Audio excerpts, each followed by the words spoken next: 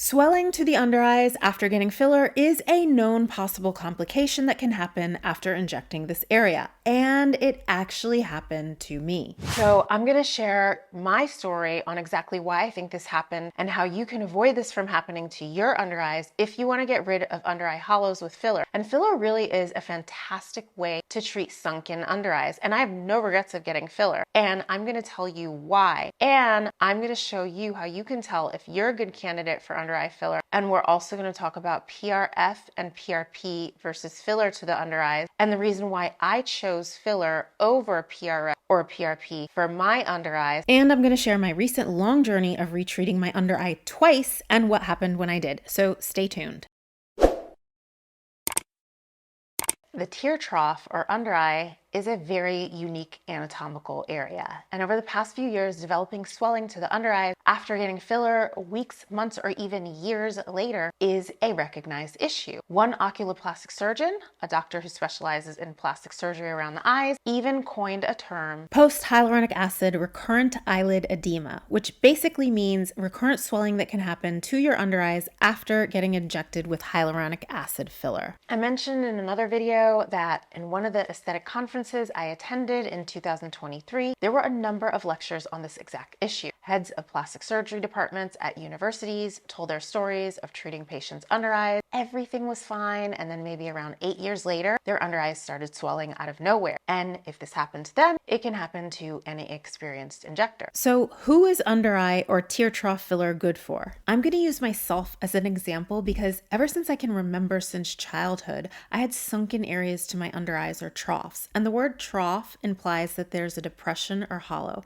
The sunken area goes from the inner corner of the eye and extends diagonally to the mid-pupillary area right here. And when you have a depression or hollow, it can make you look more tired. And in cases where the tear troughs are very deep, it can make you look exhausted. And no amount of sleep is going to make a difference because sleep isn't going to raise the area of skin to this sunken area. Tear troughs can either be genetic, like it was for me, or some people notice that they develop them as they age. Also, tear troughs are different than just having darkness to your under eyes. Darkness to the under eyes can happen because the skin underneath the eyes is very thin, so the blood vessels can give off a dark hue. So you can have darkness to your under eyes without having a hollow or sunken area. Here's an example of someone who has darkness. The darkness alone to the skin under the eyes does not make you a good candidate for under eye filler. You have to have a sunken area or hollow like this. And for those who have troughs or under eye hollows, there's an extra level of darkness that happens because whenever you have a depression, the light doesn't reach the sunken area of skin as effectively. So it creates a shadow, and covering it up with makeup takes a lot more effort. How filler works to improve under eye hollows is it helps to raise the sunken area of the trough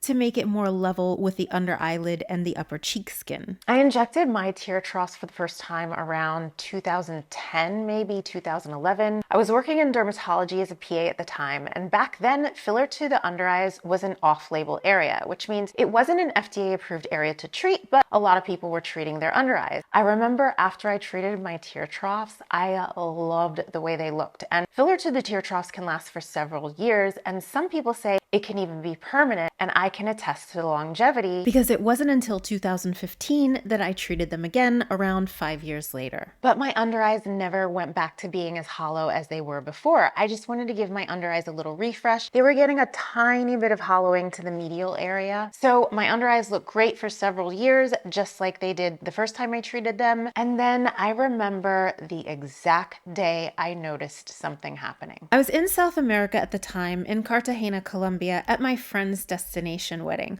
We were a few days into our trip, and out of nowhere, I started to feel like there was pressure to my under eye, my left under eye area in particular. Something is going on with my face. It's getting all puffy. Look at this. What the is that? It's not on this side. I kept taking videos and photos to see if I was just being paranoid or was there really something there, and how obvious was it? I told my friend, the bride-to-be, what was happening, and she said that other bridesmaids were also having similar issues with puffiness to their under eyes, and they thought it was from too much salty food or salty margaritas. I know some people say their under eyes swell more if they eat something salty or if they have allergies, but I'm not a person who's ever had this type of issue issue no matter what I ate or what environment I was in. So this issue worried me. The swelling ended up resolving for the rest of the trip, and then when I got back home to Los Angeles, I remember around 3 months later, the same thing started happening, but this time it was worse. I remember I was on my way to the grocery store one day, and while I was driving, I felt this pressure under my eye in the same area as before. When I got to the grocery store, I took a video to confirm if what I felt and saw was indeed apparent swelling, and it was. I could clearly see a raised area. The feeling of pressure eventually resolved on its own, maybe around 10 to 15 minutes later, but the raised area always remained. And one of the reasons they say this recurrent lower eyelid swelling or edema can happen is because hyaluronic acid filler attracts water, which can add more volume, and this is a known issue. So why did this happen to me? Why did only one side of my under eye have recurrent swelling? This issue was my left under eye. So I thought to myself, why would this happen on one side and not the other? And then I remembered that I have a scar on that side, and I had the scar injected 2 times in the past with filler. This scar is located to the lateral area of my tear trough. And then I realized it made sense why this swelling may have happened, because when it comes to injecting the tear trough, it's best to inject at a deep level, whether that be with a needle or a cannula. You want to go deep because the skin to the under eyes is thin, and the filler attracts water, so if it were injected too superficially, the water it attracts can create more of a noticeable swelling. A scar is superficial, so my scar was injected superficially with filler on 2 different occasions. Another 2 reasons that this could have happened is if too much filler was injected into the tear trough, either in one sitting or if too much filler accumulated from more than one treatment. And I did treat my under eyes 2 times around 5 years apart. The tear trough is a very small anatomical area, so you don't want to inject anything over 0.5 milliliters or half a cc to each under eye. Also, too much filler in this area could compromise the lymphatic drainage, and the lymph vessels to the under eyes are fragile and they're more easily compressible. And if your lymphatic system can't drain properly, you can get swelling. The other reason would be if I was prone to getting swelling to my under eye, to which I mentioned I was not prone to this. And I didn't think I had too much volume injected. I think the reason this happened to me is because I had my scar injected superficially 2 times in the past, and my scar sits directly over the lateral area of my tear trough. And the filler to this area ended up attracting water because most of the swelling was in the area of the scar. And this likely compromised my lymphatic drainage, which is why I had episodes of feeling pressure. So I decided to try and dissolve some of the filler with the enzyme hyaluronidase. And I tried to avoid completely dissolving too much of the filler because that could result in my under eye hollow returning. But as stated in other videos, dissolving filler is not an exact science. So I would go in, I'd put a tiny amount of dissolver in, hoping not to dissolve too much. And after that, I never had an episode of feeling pressure, but I was left with a slight hollow to my under eyes. So I decided I was going to retreat my left tear trough with filler, and after that, everything looked great. Until around 48 hours later. Then, to my surprise, that raised, swollen area by my scar returned. So I lived with it for a while. And the thing is, in most lighting that I saw myself in, I couldn't see it. But if I was in certain light, especially when the light hit me unevenly, I could see it. I went to another friend's wedding in Mexico, and here you can see it, a distinct swelling in the exact same area and to this very medial area of my tear trough. After I got back to LA, I injected a tiny amount of the enzyme, and there was a noticeable improvement. It looked less raised.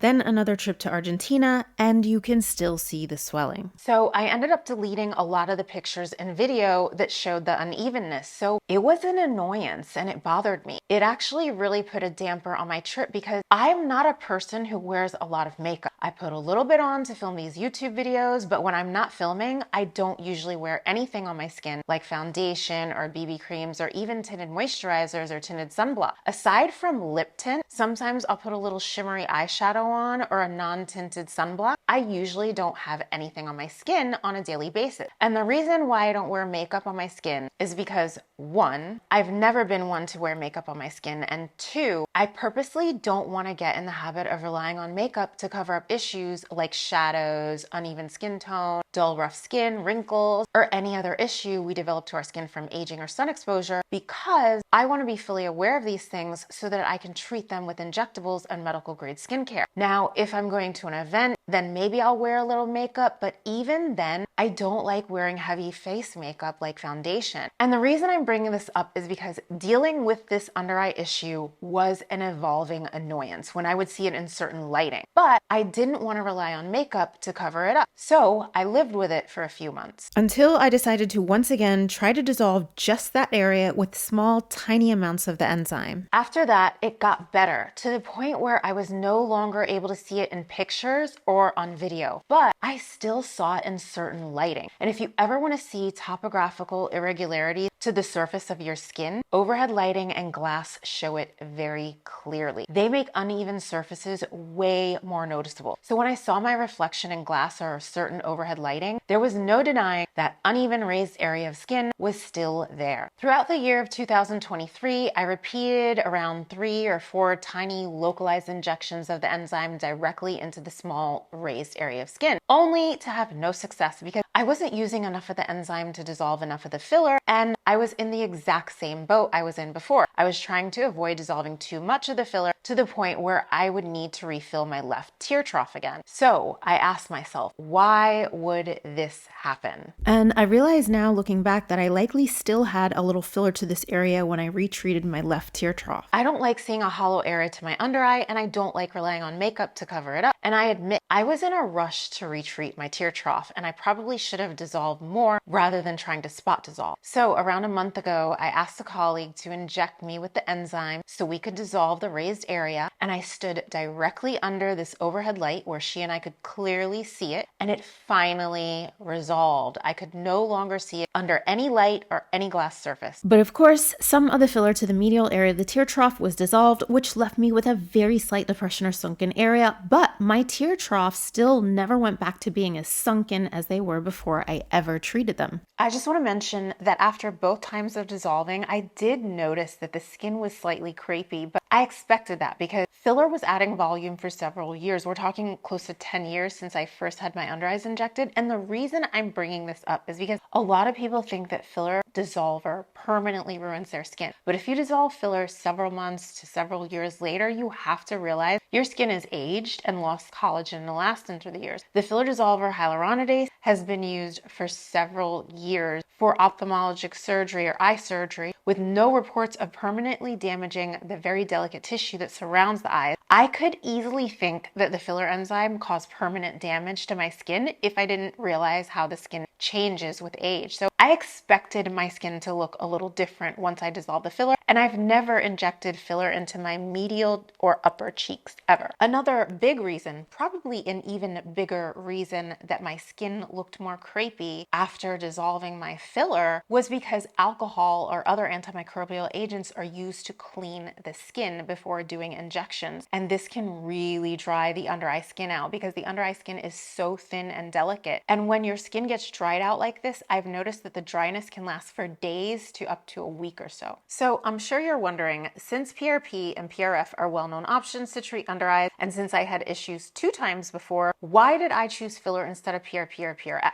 The reason why I chose to do filler is because I don't think PRP and PRF have been proven to stimulate enough collagen to where it would add enough volume to improve a sunken area like a tear trough to which I would get any long-term result. As a matter of fact, one of the well-recognized plastic surgeons who uses a lot of PRF and Easy Gel, he holds trainings on it, and he says he's part of the reason PRF took off in the United States. He says he can confidently say that PRF lasts for at least 3 months. A lot of people who do PRP and PRF usually have to retreat themselves around every 3 to 4 months. And while you won't have a problem of getting this swelling years later like you would with filler, each time you risk the chance of bruising and there could be downtime. And I'm not someone who's afraid of getting their blood drawn or anything, but I just don't want to have to get my under eyes re-injected every 3 to 4 months. And I work in this field. Also, I've never had any issues with the right under eye area. I've never retreated my right under eye since 2015. If I did have issues on both sides of my under eye, then I would maybe consider PRP or PRF, but I really wanted to try to figure out why this happened to one side and see if my theories were correct. I have an investigative personality, so I wanted to see if I could retreat my left tear trough without any issues because my right under eye never had any issues. So I just recently retreated my tear trough for the second time since having to dissolve this side twice. And I made sure to do two things this time around. One, I made sure that I fully dissolved enough filler so that I could no longer see any irregularities or any unevenness in any overhead lighting or in glass reflection whatsoever. Two, because the skin to the under eyes is very thin, any irregularities to the skin surface levels show very easily. So I needed to treat the area to entirety, which includes this lateral area here, the palpellomalar groove. Some people call it the lateral tear trough, because I had lost volume to this lateral area, likely because of more sun exposure, because this is my driving side. And I also needed to treat this area right here where the under eye skin meets the mid cheek skin, known as the lid cheek junction.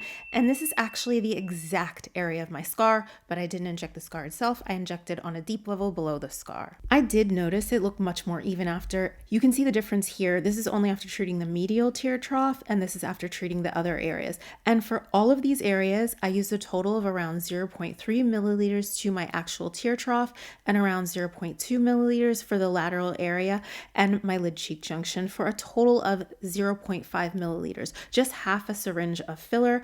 And it's been a few days since I injected myself, and besides some bruising, that little raised area of skin did not return. I just wanted to show you guys what it looked like with no makeup. I did not take arnica to prevent bruising because with my schedule, I can't plan on when I was going to treat myself, and bruising around the eyes does take longer to go away. You can see I'm still a little bit bruised. So I started taking arnica to help the bruise go away faster, but so far so good. At first, I was very skeptical because of my past experience, but now that some of the swelling and the bruising is healing and I can see more of what it looks like, I no longer see those two localized areas of swelling. And I think the main key was completely dissolving the filler to the area that was causing the issue, because I believe too much filler accumulated to the area of my scar when I injected it superficially. I may need to inject a little bit more immediately, but I wanted to take it slow and treat myself in increments because of my complicated issue with my scar. I know this side of my tear trough will never look as good as the other side because of the scar. I'll always see that linear separation in bad lighting, but I know when I do things like chemical peels, which I actually just did, my scar looks better. You can see I'm still flaking from my chemical peel. When filler is first injected into the tear trough, it feels more firm and stiff and the area swells a bit. And the important thing to remember is it will soften up and the swelling will go down. Even the tiny areas of the skin where the needle and cannula was injected can swell up, and it's very noticeable because the under eyelid skin is very thin. Here's a scale to help you determine if you're a good candidate for under eye or tear trough filler. Grade 0 is no hollowness. This means you are not a good candidate. You need to have an under eye hollow or sunken area.